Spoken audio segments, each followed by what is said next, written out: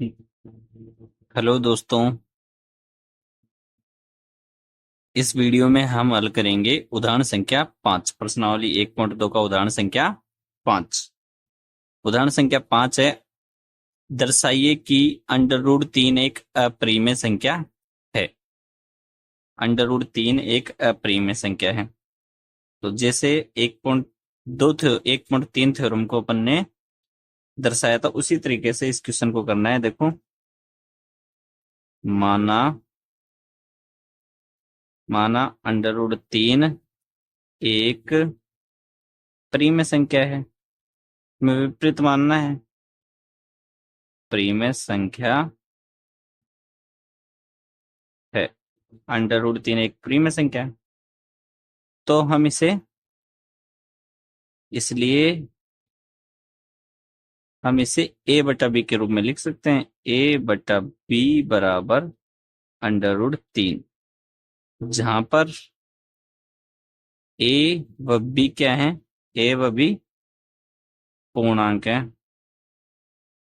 B पूर्णांक है और बी नॉट इक्वल 0। इसके अलावा ए और बी सहअभाज्य है। सहअभाज्य वह संख्याएं होती हैं जिनमें किसी भी कॉमन संख्या का भाग नहीं जाता, या दोनों का समान गुणनखंड नहीं होता। ए बटा बी बराबर रूट 3। इसके आगे ए बटा रूट 3 को मैं इधर ला रहा हूं, भाग में रूट 3 बराबर बी। दोनों पक्षों का वर्ग करने पर, दोनों पक्षों का वर्ग कर रहा हूं, दोनों पक्षों का वर्ग करने पर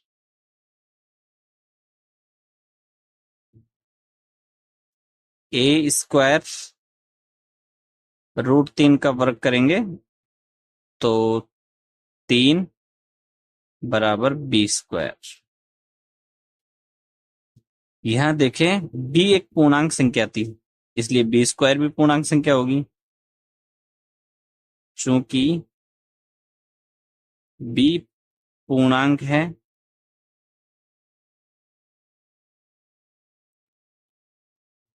इसलिए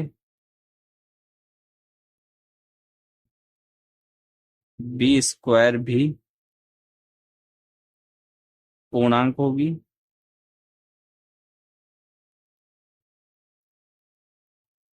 पूर्णांक संख्या का स्क्वायर पूर्णांक होता है। इधर वाली संख्या पूर्णांक है तो इधर वाली संख्या भी पूर्णांक अंक होगी। पूर्णांक अंक होगी, इसका मतलब 3 का भाग 3 ए स्क्वायर को विभाजित करता है। इसलिए अतः ए ए स्क्वायर 3 से भाज्य है।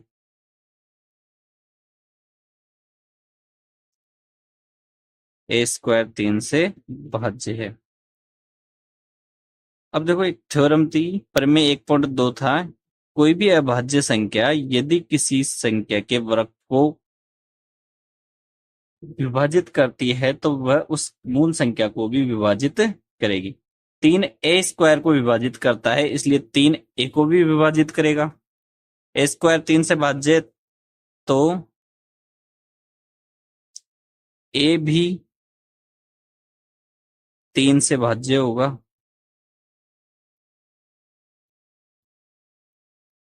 तीन से भाज्य होगा। इसलिए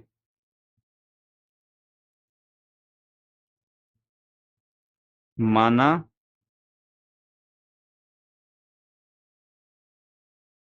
ए बराबर 3 के, ए बराबर 3 के कि ए 3 का गुणज है। ए में 3 का एक गुणनखंड है। चलो, माना के पूर्णांक संख्या है। के पूर्णांक संख्या है। समीकरण संख्या 1, समीकरण संख्या 2। ए का मान समीकरण 1 में रखने पर, ए का मान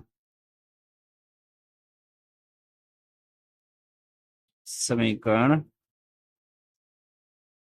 1 में रखने पर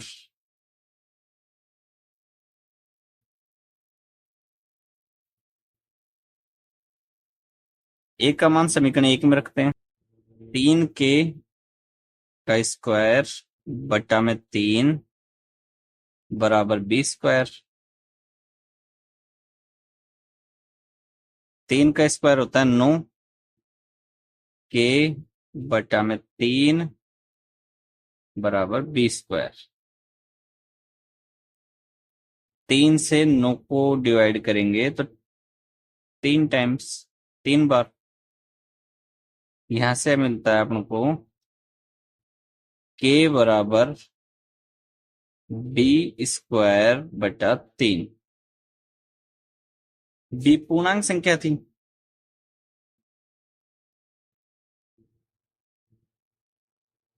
चूंकि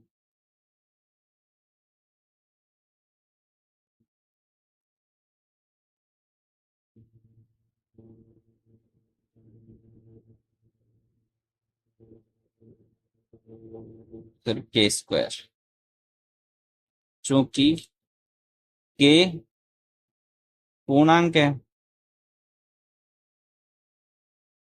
के पूर्णांक है, इसलिए के स्क्वायर भी पूर्णांक होगा।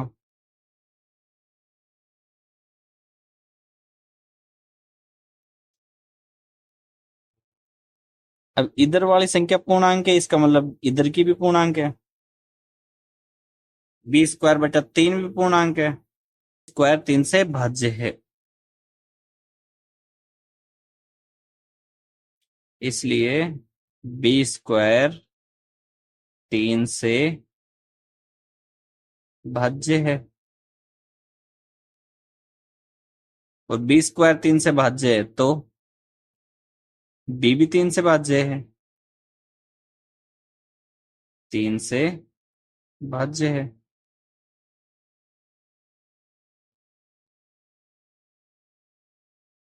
माना बी बराबर 3m, बी बराबर 3m। समीकरण संख्या 4।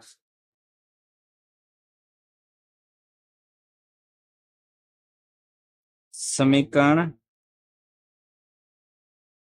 2 व 4 से, समीकरण 2 व 4 से स्पष्ट है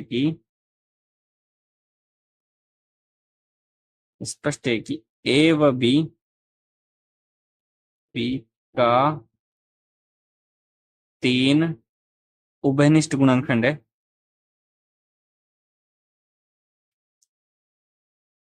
उभयनिष्ठ गुणनखंड है।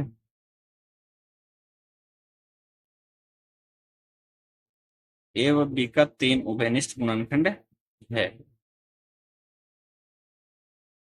अतः ए व बी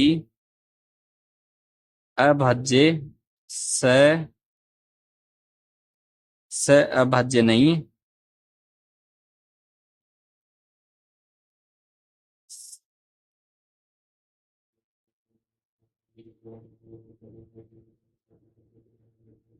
स अभाज्य नहीं है।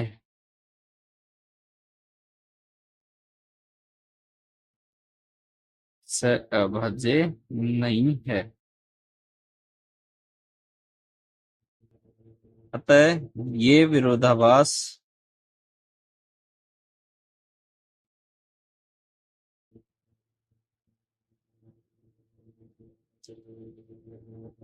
हमारी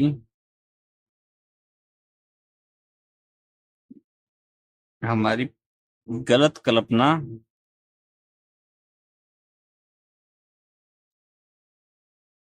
कल्पना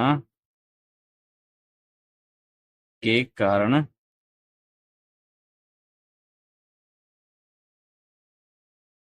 प्राप्त होता है।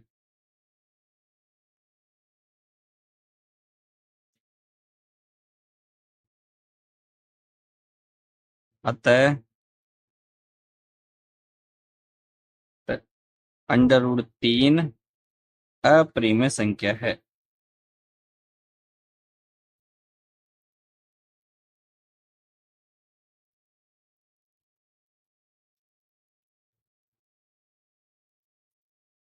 क्या विरोधाभास मिलता है कि यहाँ तो ए और बी अपन ने सह अभाज्य संख्या मानी है, जबकि ए और बी के अंदर तो उभयनिष्ठ गुणनखंड 3 है।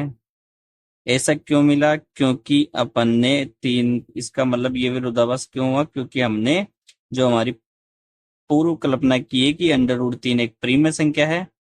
प्रीमय संख्या है तो उसके ए और बी पूर्णांक होंगे और बी 0 के समान नहीं होगा, और ए और बी क्या है? सहअभाज्य संख्या है। तो हमारी जो पूर्व कल्पना है कि अंडर रूट 3 एक प्रीमय संख्या है, ये गलत मान लिया अपन ने। अर्थात अंडर रूट 3 क्या है? एक अपरिमेय संख्या है, न कि परिमेय संख्या है।